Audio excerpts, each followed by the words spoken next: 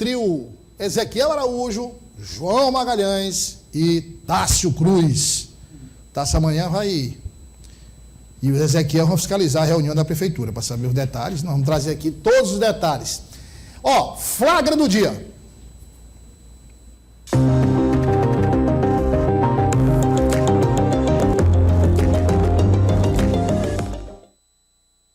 Na tela aí, a imagem do garoto Jailson Soares, nosso repórter fotográfico,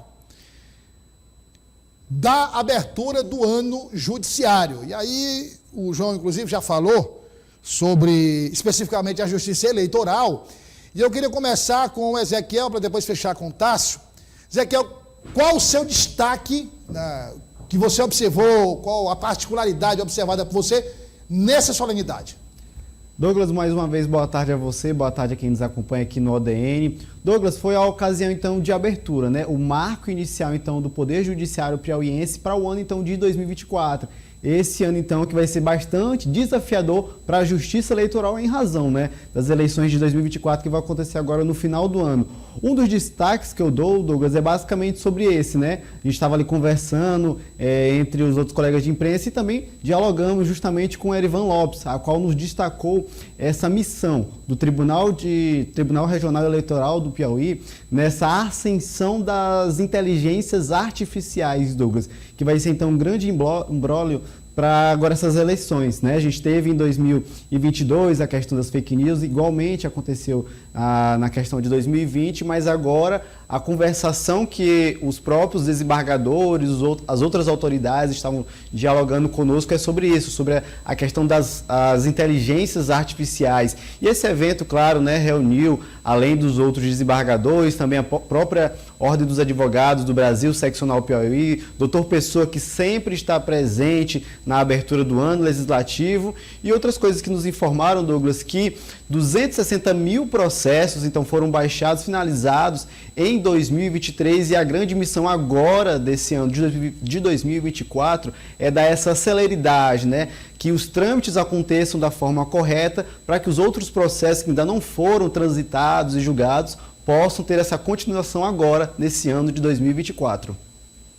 Se de um lado a justiça, digamos, comum, a justiça, o Tribunal de Justiça tem esse desafio de superar as próprias metas, como já fez no ano passado, e a Justiça Eleitoral tem que lidar com essa nova situação. Quer dizer, ano após ano, o desafio é sempre melhorar o combate à fake news, monitorar melhor as redes sociais, e esse ano tem um ingrediente novo chamado inteligência artificial. Ou seja, a cada eleição, eu acho que de todos os setores da justiça, do judiciário, né, a justiça eleitoral é a mais exigida, né?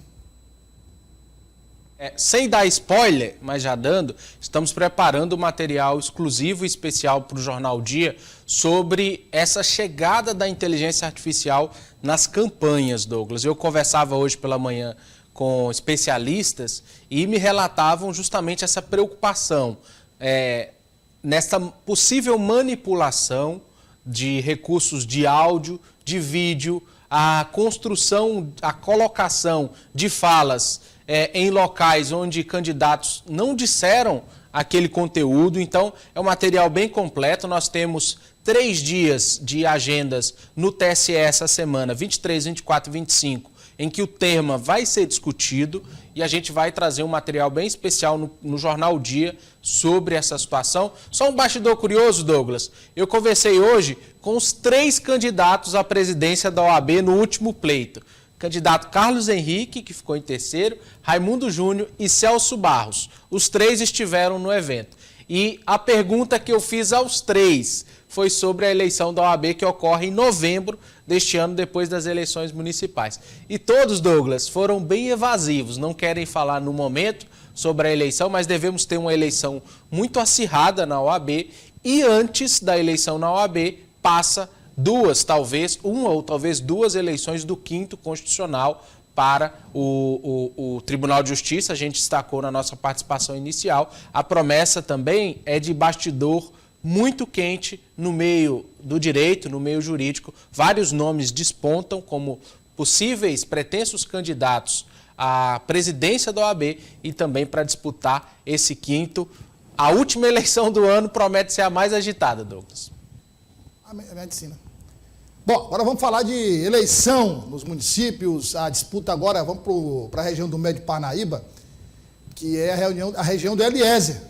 Isso. Eliezer Rodrigues, que é de Água Branca. E nós vamos ali, mas não é Água Branca, nós vamos para Amarante, ali nas proximidades. Terra do poeta da Corte Silva. E as margens do Rio Parnaíba, estive lá. Aliás, você não era nem nascido, porque vocês são muito crianças ainda. É terra de uma das grandes bandas de música do Piauí, uma das pioneiras, que naquela época tinha tecnologia e até hoje, ela é considerada moderna, chamada Os Geniais de Amarante. Quem é que lembra dessa história? Vocês já ouviram falar? Não, eu não Assis Fernandes me lembrava outro dia. O Assis lembrava, né? O Assis lembra. O nome do cantor era o Xaxá. Rapaz, o Xaxá naquela época... Lembra, meu primo? Não, a melhor banda do Piauí disparado. O Xaxá naquela época já era uma espécie de Luiz Caldas, piauiense, entendeu? Vocês são juvenis, hein? Eu vi, Douglas, esse final de semana, por curiosidade, o Instagram do Xaxá, falando a respeito da carreira e tal. Oi, ele tá enfrentou alguns problemas de saúde, teve que se afastar, agora está voltando, mas convidar curiosamente vi esse final de o semana. Xaxá para vir aqui quando a gente estrear o quadro de cultura, para ele vir aqui no jornal O Dia a Dia. Tem muita história, hein? E eu tenho sons originais da época lá, muito bacana, cara. Muita história, muito bonita. Aliás, Amarante, eu acho que é um dos municípios com mais história do Piauí. Se você passasse uns 2, 3 dias lá, você ia ficar maravilhado, encontrando as pessoas certas, como eu encontrei quando eu fiz as reportagens. Você fica encantado com tantas histórias lá em Amarante. É uma cidade de uma riqueza cultural, né? Demais. Os casarões lá, inclusive. Muito. Muitos preservados. Tem até história de terror. A Lei das Urbanas. Política, cultura, poesia, música. Rapaz, é muita coisa. Muita coisa. Além da beleza, como o João destacou, da arquitetura, Rio Parnaíba, enfim. Bom, mas lá, o que é que acontece lá em Amarante? Você lembra que foi uma polêmica no ano passado, né? Manifestação do senador Ciro Nogueira, dizendo que não queria aproximação de integrantes progressistas com o PT no interior. E a pergunta que a gente sempre fazia e discutia, analisava era em que medida essa rivalidade política do Estado vai ser repetida nos municípios? Aonde essa bolha vai ser furada? Amarante, nós temos lá um palanque com PT, MDB e progressistas que estão unidos em torno da pré-candidatura do professor Adriano, que é apoiado pelo atual prefeito, que já foi reeleito e agora lança o seu sucessor. Tem a imagem aí? Coloca na tela a foto aí. Vamos lá. Põe na tela. Cadê? Olha aí. Aí, olha só. Aí você tem aí, só do lado direito da sua tela aí, só para não ir muito longe, né? Júlio Arcoverde e Dr. Vinícius Nascimento. Pronto, só para... E progressista. Não adianta. Eu sei que tem rivalidade, mas olha, aí é questão de sobrevivência política de todo mundo. Ao centro você tem a deputada Bárbara. Deputada Bárbara do Firmino, você tem aí lá do outro lado, do lado esquerdo da sua tela, o deputado estadual Pablo Santos, secretário de Turismo, pré-candidato a prefeito de Picos, e o doutor Francisco Costa, que é da região ali, São Francisco de Assis, né? São Francisco... E a esposa do deputado Francisco Costa é de Amarante. É de Amarante, inclusive, exatamente. Vereadora lá no município. Doutor Francisco, que foi prefeito e secretário de saúde. E nós temos aí o prefeito Diego, né, que é o que está de blusa verde. Sim. Foi eleito, reeleito e lançando agora o seu sucessor. Tássio, são situações que indiscutivelmente a gente vai ver em outros municípios. Eu diria que é o primeiro de muitos que devem ocorrer aí por todo o estado do Piauí, puxa a fila. E, Douglas, a gente conversava hoje pela manhã, né, com algumas pessoas lá de Amarante, né, alguns entendedores lá da política de Amarante, e até a jornalista Marta Santos, um grande abraço para ela, amiga também do Ezequiel, e ela estava lá e comentava com a gente, Douglas, o clima de união. E é interessante porque nós temos um jogo político que virou, devemos ter essa tônica em vários municípios, de base e situação aliado a Rafael Fonteles e eu diria que Ciro Nogueira, principalmente nesse momento, Douglas, evita o atrito nos municípios, porque em 26 ele já está pensando em um eventual segundo voto, né? Porque nós teremos 2 vagas para o Senado sendo renovadas. Normalmente, o candidato ou o prefeito ele vota em um e o segundo ele define posteriormente, né? Ele tem um e o segundo ele escolhe depois. Então, eu diria que Ciro já está eventualmente evitando um atrito,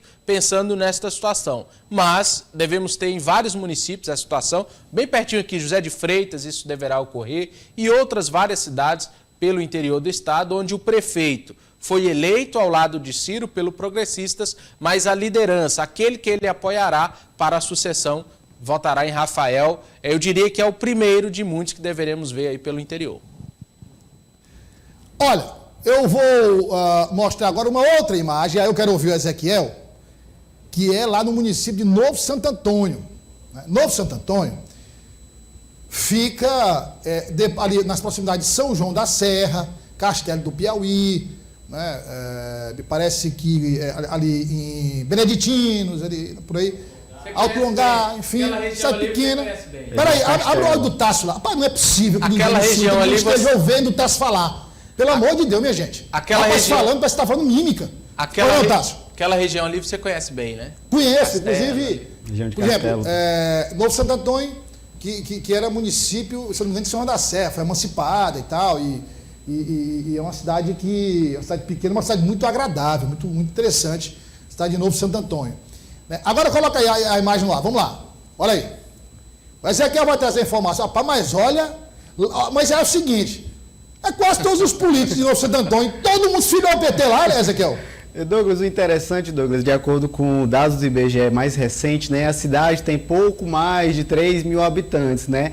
Se 80 pessoas, então, se filiaram ao PT, a gente fica em dúvida de quais são os outros habitantes, né, da cidade, ou seja, aí esse evento, então, foi agora no último sábado, né, dia 20, na Câmara Municipal da cidade e marcou, né, Douglas, esse evento de filiação de mais de 80 pessoas ao Partido dos Trabalhadores. Isso tudo, então, foi encabeçado, né, pela própria gestora municipal da cidade, a prefeita Elisa Paz, né, do Partido dos Trabalhadores, que fez, né, as articulações necessárias para que tivesse, então, esse grande amontoado de afiliações nesse último sábado. E também um dos correligionários e bastante fervorosos do Partido dos Trabalhadores, que é o deputado estadual Francisco Lima, estava nesse evento, presenciou o evento, e ela, Elisa Paz, que está agora tentando, né, a sua reeleição nessa cidade do interior piauiense, Novo Santo Antônio, e ela que já tem, lógico, esse apoio de Francisco Lima, né, do Partido dos Trabalhadores, como também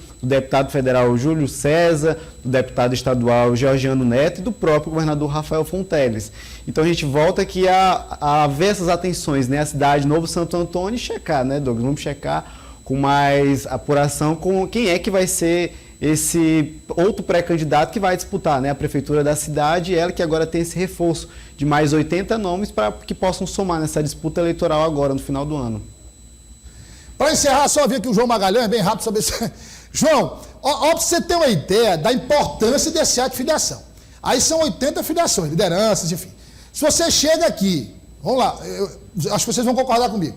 Se você chega aqui em Teresina, maior colégio eleitoral do Piauí, e diz assim, PT realiza 80 filiações, já seria manchete aqui em Teresina.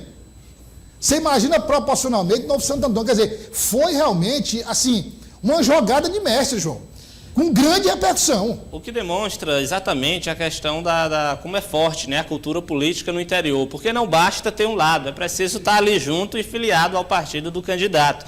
Só isso para explicar, obviamente, uma filiação de 80 pessoas numa cidade que tem um eleitorado muito pequeno, um vereador para ser eleito lá, foram vereadores eleitos com menos de 200 votos, então a quantidade de pessoas que chegou ao PT nesse final de semana, certamente já daria praticamente para eleger um vereador na cidade. o que mostra que, de fato, política também tem esse lado cultural muito forte, é algo que está na identidade cultural do piauiense, principalmente no interior.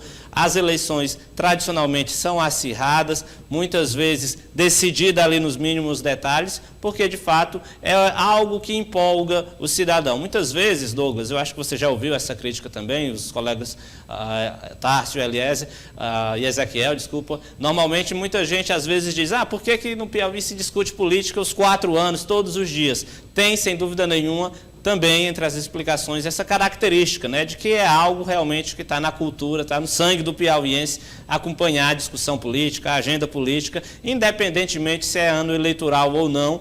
Quando você chega no interior, as pessoas respiram a questão político-partidária e quando se trata de eleição municipal, aí é que essa tensão, vamos dizer assim, é muito mais elevada, porque de fato é algo que as pessoas não acompanham de longe. Pelo contrário, elas procuram se envolver e uma prova é esse ato de filiação lá em Novo Santo Antônio. As pessoas não bastam acompanhar o calendário eleitoral, elas querem estar filiadas ao partido, elas querem estar participando e sendo protagonista das discussões políticas.